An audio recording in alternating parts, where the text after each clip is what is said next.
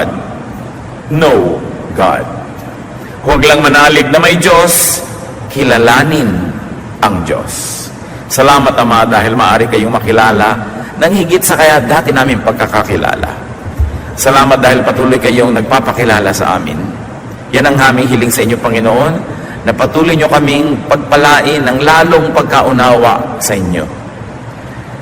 At magamit namin ang pagkaunawang ito sa pagiging lalong kamukha, kawangis ng inyong anak na si Jesus. Patawarin niyo po kami sa aming mga kasalanan, linisin kami, at ngayon, biyayaan ng karunungan na mula sa inyo. Forgive us, Lord, cleanse us, and bless us with wisdom that comes from the Spirit, so that we may know you more. Reveal yourself to us. Use your servant as your humble instrument. Be our speaker, teacher, guide, healer. In the name of Jesus, your Son, we pray with thanksgiving. Amen. Napaka-importanting hindi lang magkaroon ng pananalig na may Diyos, hindi lang maging miyembro ng isang relihiyon, kundi magkaroon pa ng malalim na pagkaunawa sa Diyos. Know God more. Know God better. Isa yan sa mga pinakamatatayog na layunin ng tao. Ephesians 1:17, I keep asking that God, our Lord Jesus Christ, the God of our Lord Jesus Christ, the glorious Father, may give you the spirit of wisdom and revelation so that you may know Him better. Yan ang dalangin itong sumulat ng mga taga-Efeso, na pagkalooban ng Espiritu ng Diyos ng karunungang hindi makalupa kundi makalangit, upang lalong mahayag ang Diyos at lalong makilala ng mga mananampalataya. Knowing God better is a gift from God. Hindi ito na nararating sa pamamagitan ng pagsisikap lamang, pag-aaral lamang, kundi ito ay pagpapahayag na biyaya ng Diyos. So ask for this gift, but be ready to be changed by the more revelations that could come. Sapagkat habang lalo nating nakikilala ang Diyos, lumalalim ang pagkakaalam natin tungkol sa Kanya, ay magkakaroon ng mga pagbabago sa ating pananaw, pagbabago sa ating pagkilos at mga pagpapahalaga. Bakit kailangan pang lalong makilala ang Diyos? Why is there such a great need to know God more? Because what you know now about God could have been shaped only by religious instruction or doctrine. Hindi malayo na ang pagkakaunawa natin tungkol sa Diyos ay hinubog lamang ng ating relihiyon. Kaya iba-ibang taong iba-iba ang relihiyon ng kinasalihan, iba-iba ang pagkakakilala sa Diyos. Siyempre, nagpapaligsahan naman ang bawat relihiyon para sabihin sila lang yung tama at yung iba ay mali. But usually what we know of God is controlled by religious officials, religious committees, or councils. Mga grupo ng taong matataas ang posisyon, magaganda kumisa ng mga suot, at sila ang nagsasabi, ito ang Diyos, ito ang dapat mong malaman tungkol sa Diyos, at ito ang kahulugan ng salita ng Diyos. It's possibly correct, but also possibly biased, myopic, self-serving. That's why religious groups oppose one another, while all subscribe to the idea that there is really one supreme God, creator of all. Iba-iba kasi ang pananaw ng mga relihiyon. So what we know now about God could have been shaped only by culture and tradition. That's why even Filipino Catholics have a different point of view of God from, let's say, Spanish Catholics or German Catholics or American Catholics. Pare-parehong Catholics yun. Kasi may kultura, may tradisyon. What you know about God could be shaped by myth and legend, by imagination.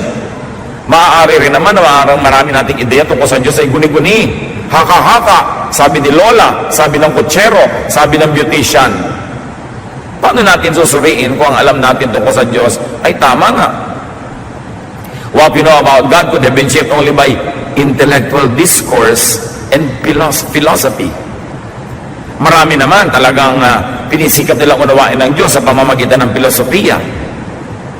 Pag-unawa, pagsiliksik, pag-aaral ng bawat salita sa Biblia at pinagmulan nito, ano ang kahulugan ng mga salitang ito, etc., etc. Mahalaga ang lahat ng binanggit natin, pero hindi yun sapat.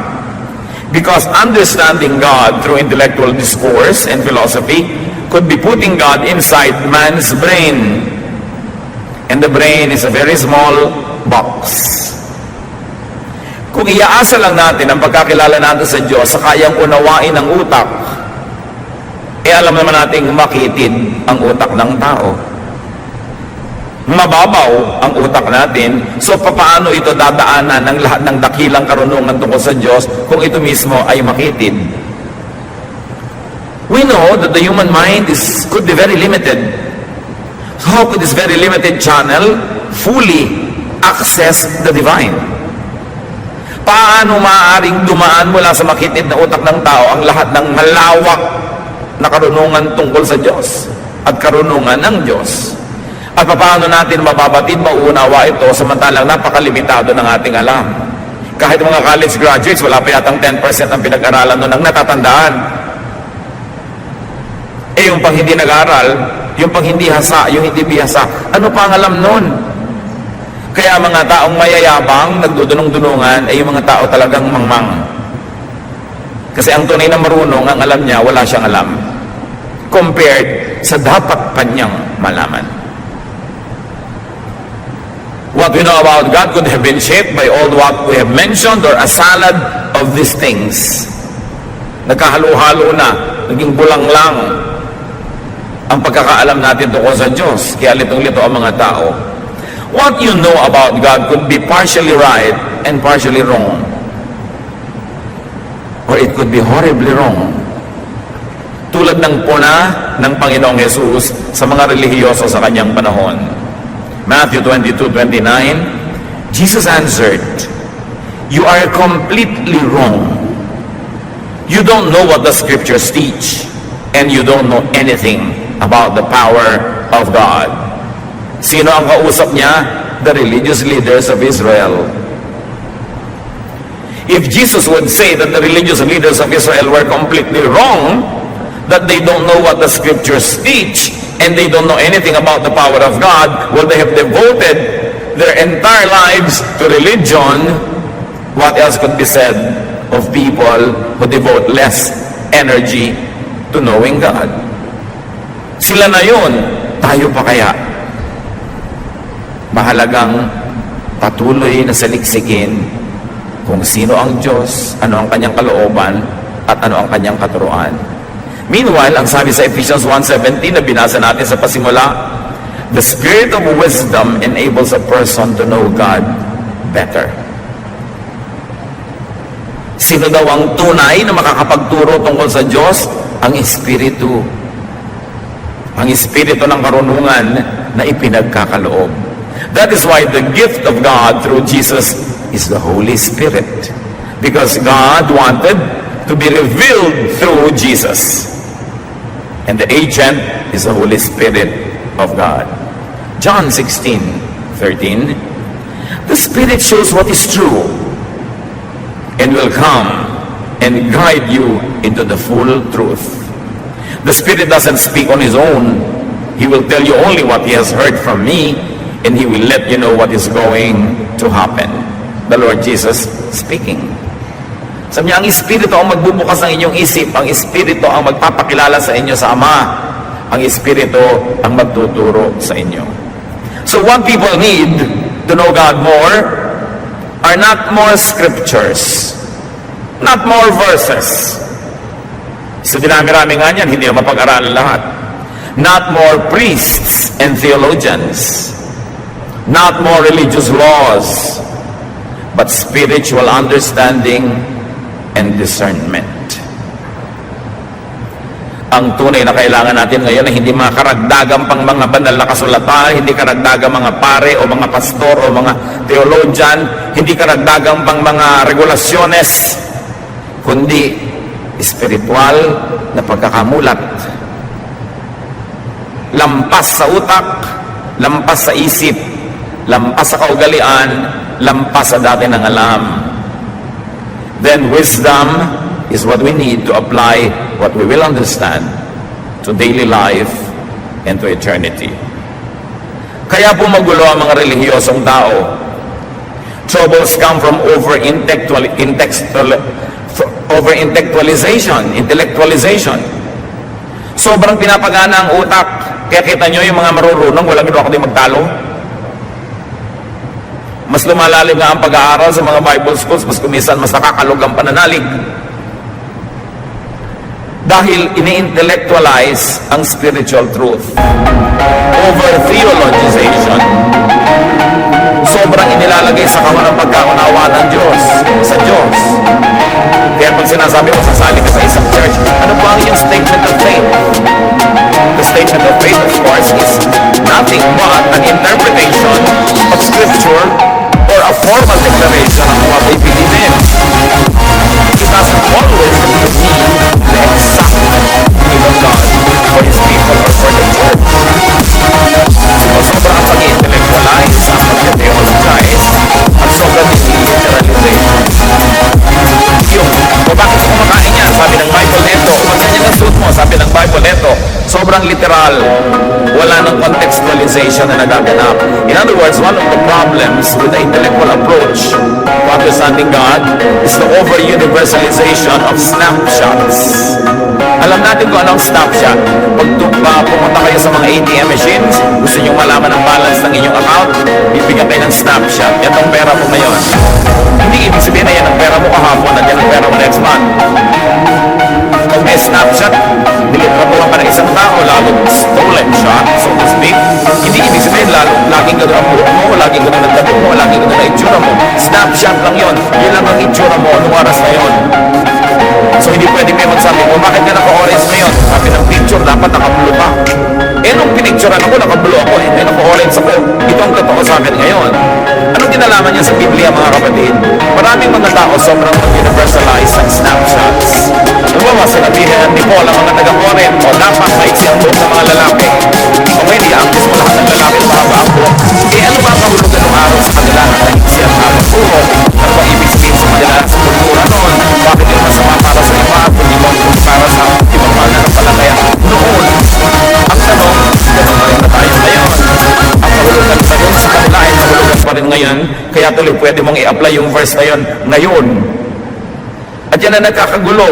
Sobrang nagagapos, natatali ang mga tao sa pag-unawa sa Diyos dahil kalit-liit ang tuldok at mga salita ng mga sulat at instruction that were given to specific recipients in specific context for specific needs were universalized by theologians for all time, for all people, in all places. Nawawalan tuloy ng alat, ng sarap ang salita ng Diyos kung ino-over universalize at ino-over kulang sa contextualization. Ang nagiging pag-unawa tungkol lang natin sa salita ng Diyos is all purely intellectual, mental. Knowing God better is a spiritual process. Of course, you begin with something intellectual and mental. You begin with words, you begin with ideas, you begin with symbols, but you don't stop there. You know God beyond intellectual, verbal, and methodical process. Bakit po? Dahil yung intellectual, verbal, and methodical process ay limited. It's very limiting. How could a finite mind totally comprehend an infinite God? Kung merong napakalaking, kita nyo kung bakit bumabaha, ang laki-laki ng Laguna de Bay, yung lake. Paano pumupunta yung tubig dyan patungo sa Manila Bay? Dadaan lang sa napakakipot na Pasig River. Nagbabaha tuloy, nagbabara. Kasi hindi kayang dumaan ang lahat ng tubig sa Laguna de Bay, lalo kung katatapusan ng bagyo at mahabang ulan, hindi kayang dumaan sa makitid na ilog na Pasig. At yung ilog na yon, gano'n ang utak ng tao. Ang kitid-kitid lang, paano mo patadaanin lahat ang pwedeng maunawa tungkol sa Diyos na napakalaki? Nakakatulong ang utak, nakakatulong ang karunungan, pero hindi yun ang lahat-lahat. Kailangan ng espiritual na kapahayagan na nauunawa hindi ng utak kundi ng espiritu na nananahan naman sa atin.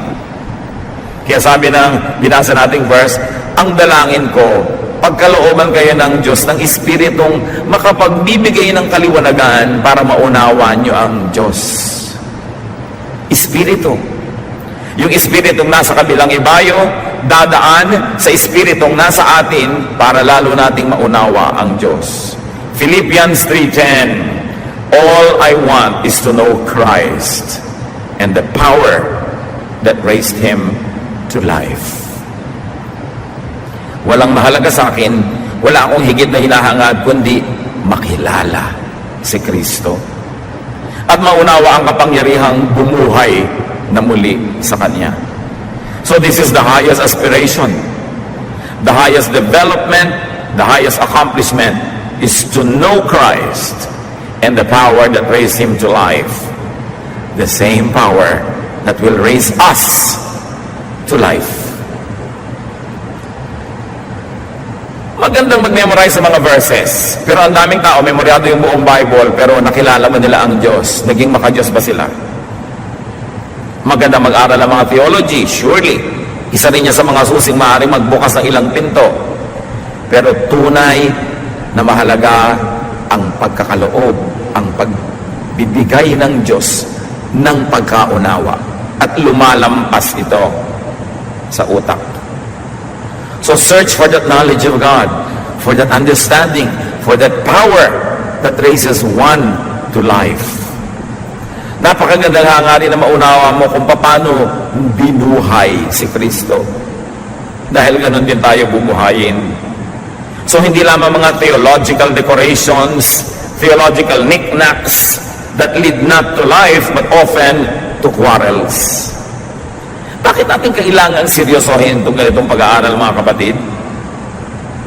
Madali naman magturo ka ng verse, ibigay mo yung kahulugan, historical background, application today, tapos ang kwento. Pero hindi lang dapat dinadaan sa mga ganun ng pag-unawa sa Diyos. Dapat magbukas pa tayo ng ibang channels. At pwede yan sabay-sabay na bukas because we were fearfully and wonderfully made. There is so much more to know about God beyond what we hear and what we see in verses. So know God spiritually. How do you do that? Through prayer and meditation on your own. Dapat nating sariwain, balikan at buhayin yung personal na pakikipagnig sa Diyos. Yung wala kang sinasabi, nananahimik ka lang, hinahayaan mo lang kausapin ka ng Espiritu. Beyond words, beyond sermons, beyond reason, beyond thought, beyond the mind, beyond logic. Sobra na tayong nasanay na para mga baby na sinusubuan kutsa-kutsarita ng pagkain. Akala natin umatin tayo ng church once a week, umupo ka doon ng 1.5 hours, ay nagkaroon ka na ng spiritual feeding na sapat. No. Dapat ang pag-aaral natin ang sabay-sabay ay nagbubukas lamang ng isip nating marami pang dapat tuklasin ng isa, ng solo. Pag nag-iisa ka sa iyong silid, sa iyong lugar, sa iyong kinalalagyan, kailangang patuloy mong hanapin ang Diyos at makinig ka sa Kanya diretso. Hindi lang yung nadidinig mo through the pulpit, through the Sunday school teacher, through the radio, through the TV, kasi yung galing sa Diyos na mensahe, nagiging second or third class na dahil dumaan ako kani-kanino bago makarating sa iyo. At yan ang nalilimot ng mga tao na meron silang pribilehyo at tungkulin na personal na hanapin at kilalanin ng Diyos kahit hindi sila nag-Bible school, kahit hindi sila nag-aaral ng Greek o Hebrew, dahil may Espiritu sila na kayang kausapin ang Espiritu ng Diyos. Tulad ng sinasabi sa Romans chapter 8, hindi natin alam kung paano magdasal, pero ang Espiritu ang tumutulong sa ating Espiritu.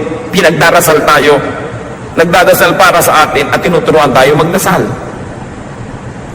Huwag kayong makontento na nakikinig dyan sandali at pag 1 hour nakakabaan na, naiinip na. Walang mararating ang pagkakilala natin sa Diyos na walang hanggan kung napakalimitado ng ating ibinibigay na panahon para siya pakinggan. At nadidinig ang Diyos, hindi lang sa pamamagitan ng bibig ng mga mangangaral dahil kaya kang kausapin ng Diyos ng diretsahan. This is something that the church will not always want to teach the people because the church people would always like to be in the center of God's economy, to be forever important, to stand between the people and between God. But I'm telling you that God wants a fellowship with you personally, directly. that the fellowshipping of God with you through the church, through the institutions, through teachers, is only one of the many ways that you can be with God. And you must develop your personal time, your personal relationship, and your personal knowledge of God. Of course, your personal knowledge of God cannot be applied to everybody. We cannot make a church doctrine out of it, but you may apply it personally in your own life. Bawat tao ay unique. Bawat tao ay may personal na pakikitungo ang Diyos. Hindi uniforme ang pakikitungo niya sa bawat isa. Kaya dapat tayong makadevelop ng ganong bagay.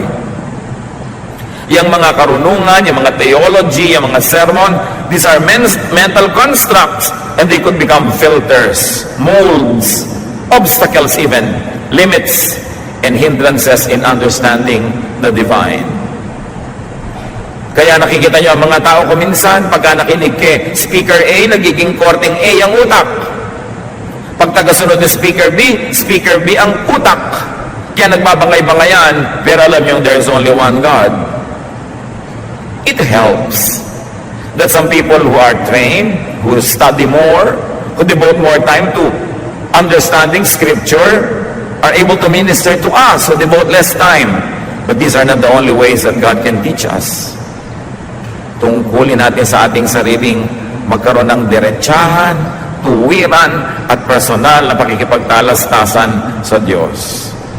Madalas, kung hindi maingat ang speaker, at kung hindi maingat ang listener, nai-influensya lang tayo ng kanilang mga biases, ng kanilang mga agenda sa buhay, at nagiging tayong mga pawns in cruel chess games by the religious. Mahalaga bungkalin ang personal na relasyon sa Diyos. We get limited by our brain. We get limited by our minds and by our thoughts, and sometimes we can get limited by our own church. Kaya imbes na naging committed to God, ay committed ang utak. Marami mga tao broad-minded nung hindi papalabasan ng Bible, nung hindi religyoso, nung nagkaroon ng mga religious affiliations, committed ang utak, lumiit ang mundo. Sa halip na lumaki. Kasi nga napapakitin tayo ng theology madalas. Human thought does not always correspond with divine truth. Hindi laging sang-ayon at katumbas ng iniisip ng tao ang iniisip ng Diyos. Human thought can never correspond completely with God's truth. Isaiah 55, 8-9, the Lord says, "My thoughts and my ways are not like yours. Just as the heavens are higher than the earth, my thoughts and my ways are higher than yours." Ang iniisip ko ay hindi katulad ng iniisip nyo, sabi ng Diyos. Ang aking pag-iisip, ang aking mga pamamaraan ay higit na mataas kaysa sa inyo, tulad ng kung gaano kataas ang langit mula sa lupa. Kung ganon, sino ang maglalakas ng loob at magyayabang para sabihin, lubos na nauunawa ko ang Diyos, ito ang tungkol sa Diyos, ito lang ang totoo tungkol sa Kanya, kaya makinig kayo sa akin. We can always attempt. Sometimes we hit, sometimes we miss. But nobody should be so self-righteous and so blinded as to think that he fully understands the divine and that he is the only channel of wisdom about the divine through whom people can learn. Everybody is a seeker, and we must develop healthy respect for fellow seekers, though we may not always agree in methodology, and sometimes even in our tentative discoveries. Pero dapat nakabukas ang isip ng tao. 2 Peter 3:8, dear friends, don't forget that for the Lord, one day is the same as 1,000 years. And 1,000 years is the same as one day. Of course, here we cannot always be literal and say, 1,000 years pala natin, 1 year, one year lang kay Lord. Ang ibig sabihin, hindi tayo pareho ng panukat sa panahon. Kaya kung minsan inip na inip ka na, sa hindi pa nainip ang Diyos. Ang ibig sabihin lang nito mga kapatid, mga verses na binabasa natin, huwag nating isipin na kung paano tayo mag-isip, ganoon din ang Diyos. Kaya nagtataka ka, Lord, kung mabait kayo, ba't di niyo po ito ginagawa? Eh sinasabi ni Lord, iba ka naman mag-isip, iba ako mag-isip. Huwag mong asahan na mag-iisip ako tulad mo. Paminsan-minsan, pareho tayo lang iniisip dahil nasa iyo naman ang aking espiritu, pero minsan-minsan lang yon. Huwag mong asahang lagi mo ako maunawaan, sumunod ka na lang. Yan ang mahalaga. Kasi akala natin, pag hindi natin nauunawa ang Diyos, meron na tayong dahilan para hindi sumunod. Talagang hindi natin mauunawa. Maliit nga ang utak natin eh. Pero patuloy tayo, tatangka, paano lumaki-laki naman ang pag-aunawa natin bago tayo humarap ng mukhaan sa Panginoon? So know God personally, beyond, without institutionalized doctrine or philosophy. When we are all together, we subscribe to a common doctrine and philosophy and method so that there will be unity.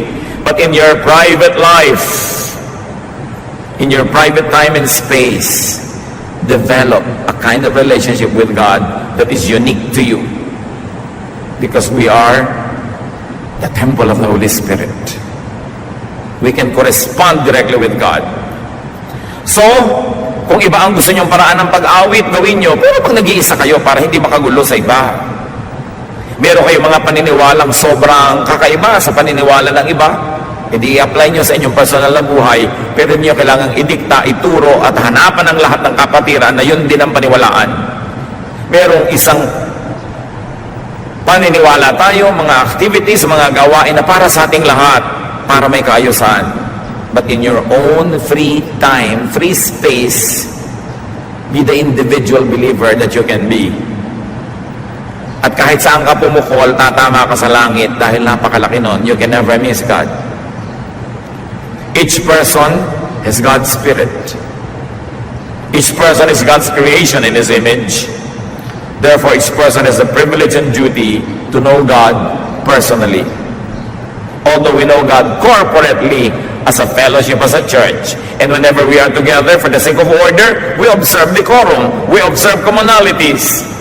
But personal ways of approaching God may be applied in your personal worship. So how do you know God? Through personal reflection. Iba naman yung sabay-sabay tayo nag-aaral, then we all are subjected to, or we are all exposed to the same ideas, but you reflect on this personally, and you make personal applications. Huwag lang iasa sa specialists. Tao lang din sila.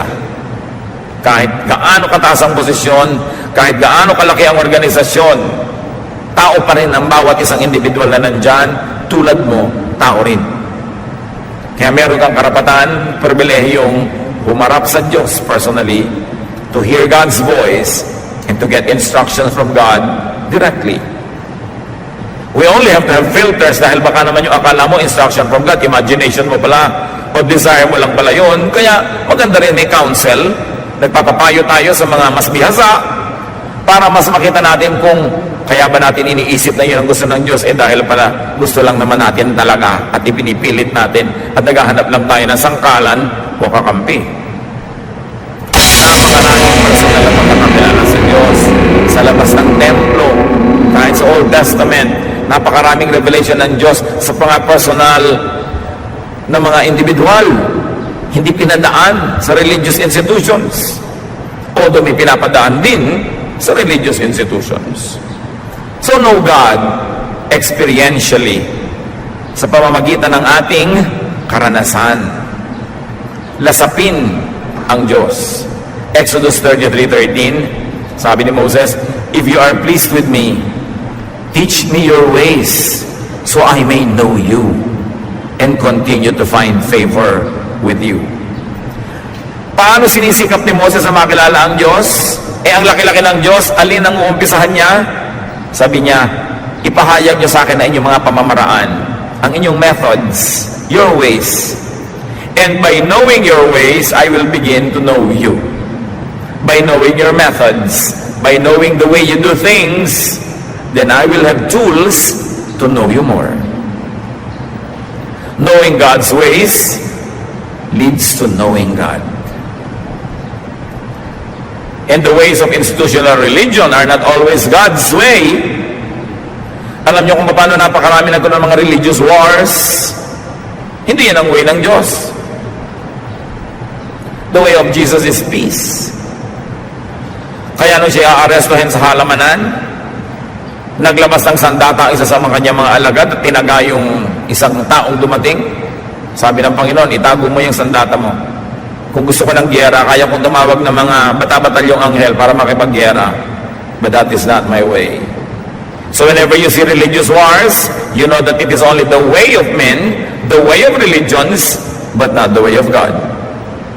And in that case, religious groups misrepresent God. Kaya kailangan nakikita natin yon. Know God through His dealings with you and others. Alam nyo ba na kung bubuksan nyo lang mga kapatid ang inyong mata at tainga, be observant, makikilala nyo ang Diyos kung paano siya sumasagot sa inyong mga dalangin. Kasi lagi siyang sumasagot. Yes, no, later, sagot yon.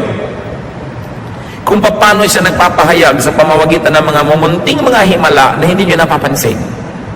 Ang sarap na magbukas ng mata, magbukas ng pakiramdam, at damahin nyo ang pagtuturo, pag-aakay sa inyo ng Diyos araw-araw, laging nandun. Hindi lang kasi tayo nakatune in.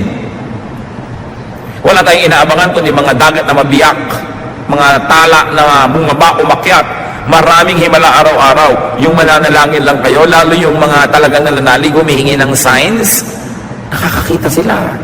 Lord, ano po bang gagawin ko? Nakakalito naman. Ang sasagutin ko itong si maliligaw, A, B, or C. Please give me a sign. And they see signs. Kaya lang, don't be deluded and don't be deceived by your emotion.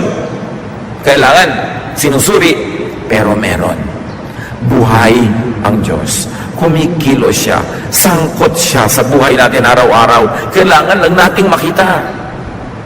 Hindi lang sa verse nakikita. Hindi lang sa sermon. Araw-araw. Kasi kasangkot siya at mahal niya tayo. Observe.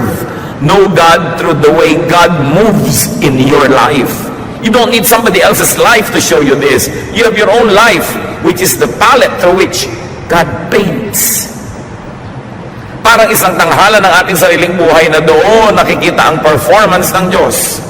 Kailangan lang nating magbukas ng pananaw. God can be experienced. You don't only hear about God, you don't only hear God's words, experience God. Kailangan lang sensitive. One way to measure if someone does not know God, 1 John 4:8. God is love, and anyone who doesn't love others has never known Him. Ang Diyos daw ay pag-ibig at sino mang hindi umiibig sa kapwa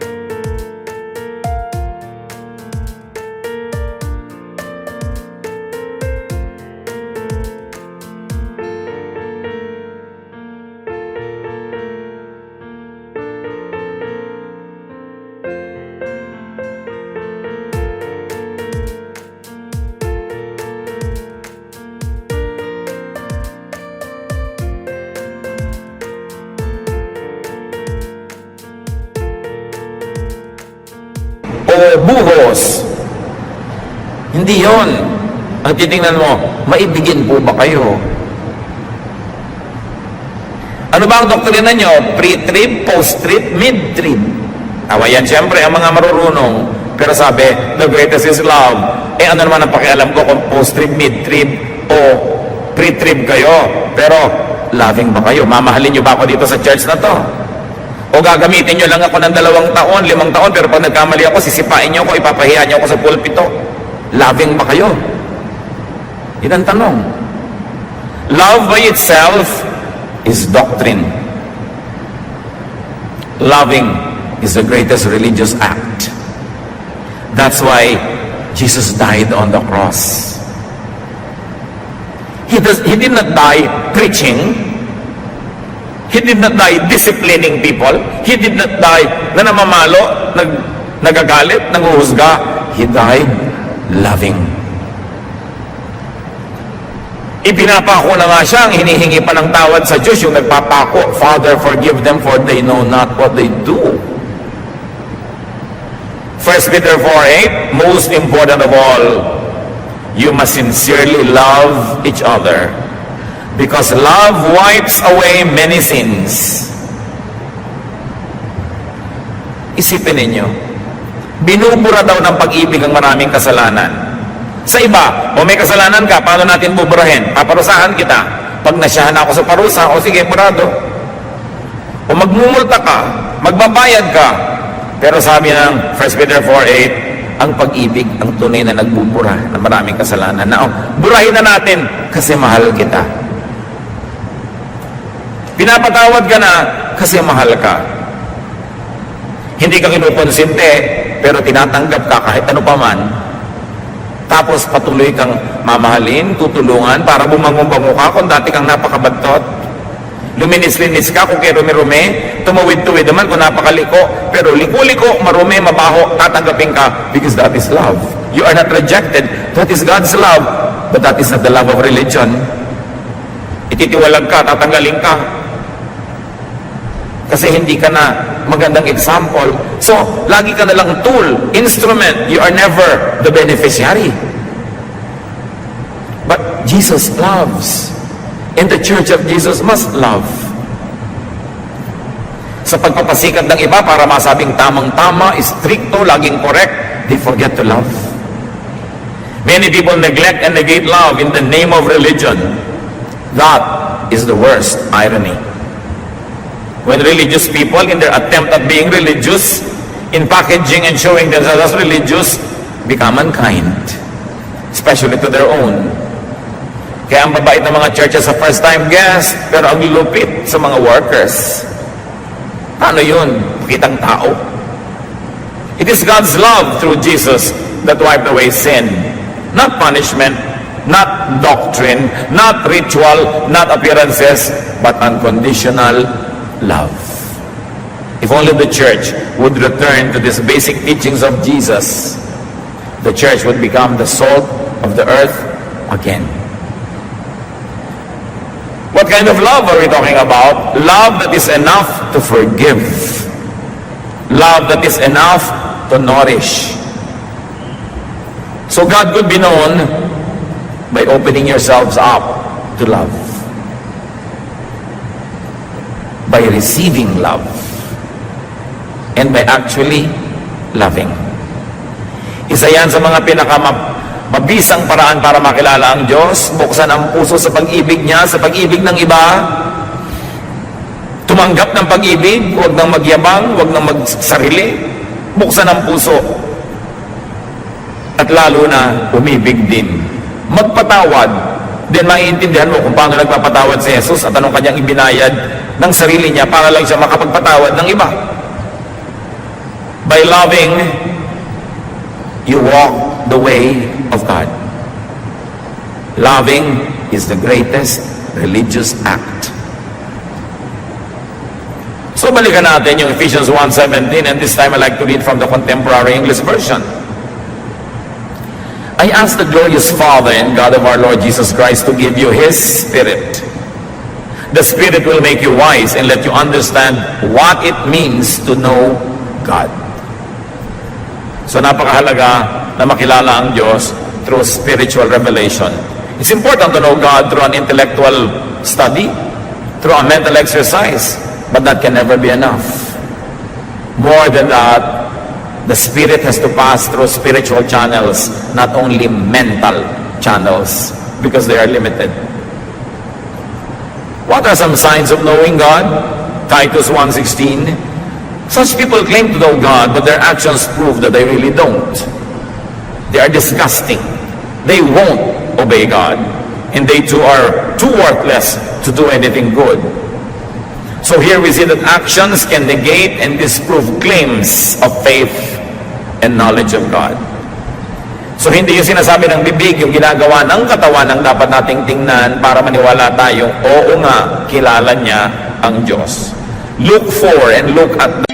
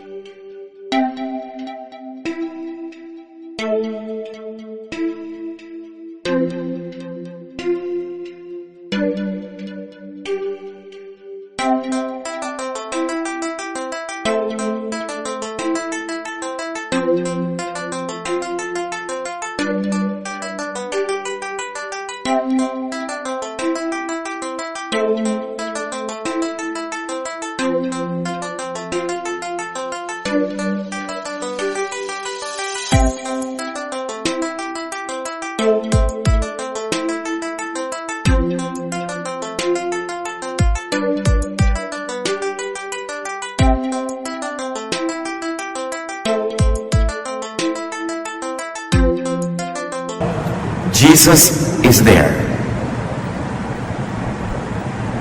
Kaya more than anything else, ang dapat lagi nating unahin, magmahalan, magpatawaran, sa bahay, sa trabaho, sa neighborhood, sa church, sa bayan. Mahalaga yun. Yun ang tunay na espiritu ni Kristo. James 2:19-26, you surely believe there's only one God. That's fine. Even demons believe this, and it makes them shake with fear. So nyo, naniniwala kayong may Diyos, okay, pero huwag niyong kakalimutan, kahit ang mga diablo naniniwala na may Diyos. So wala kayong pinagkaiba sa mga diablo kung nandun lang kayo sa paniniwalang may Diyos, pareho lang kayo. Our ancestor Abraham pleased God by putting his son Isaac on the altar to sacrifice him. Now you see how Abraham's faith and deeds worked together. He proved that his faith was real by what he did. We please God by what we do, and not only by what we believe. Anyone who doesn't breathe is dead, and faith that doesn't do anything is just as dead. Sabi niya, huwag niyong ipagmalaki na naniniwala kayong may Diyos. Pati ang mga diablo naniniwala. Sa katunayan, nanginginig sila sa takot dahil naniniwala silang meron. Pero hindi sapat ang paniniwala ng mga diablo para sila maging mabuti. Naniwala lang sila hanggang doon. Kaya sabi, kung kayo man naniniwala lang, pero hindi kayo mabuti, hindi kayo gagawa ng mabuti, walang patunay sa inyong mga gawa na naniniwala kayo, katulad lang kayo ng mga diablo na yun. Huwag kayong manalig na okay na kayo dahil lang naniniwala kayong may Diyos. Dapat yung paniniwala nyo magbunga ng mabubuting gawa para malayo-layo kayo umagwat at umangat mula sa mga diablong naniniwala din naman. It's not enough to have religion. You have to be filled with good works, good deeds. It's not enough to attend church. You've got to do good things while you are attending and even when you are not attending. It's not enough to believe in God. Know God to the point of obedience, to the point of loving. Actions, obedience to God, and good deeds are signs of knowing God.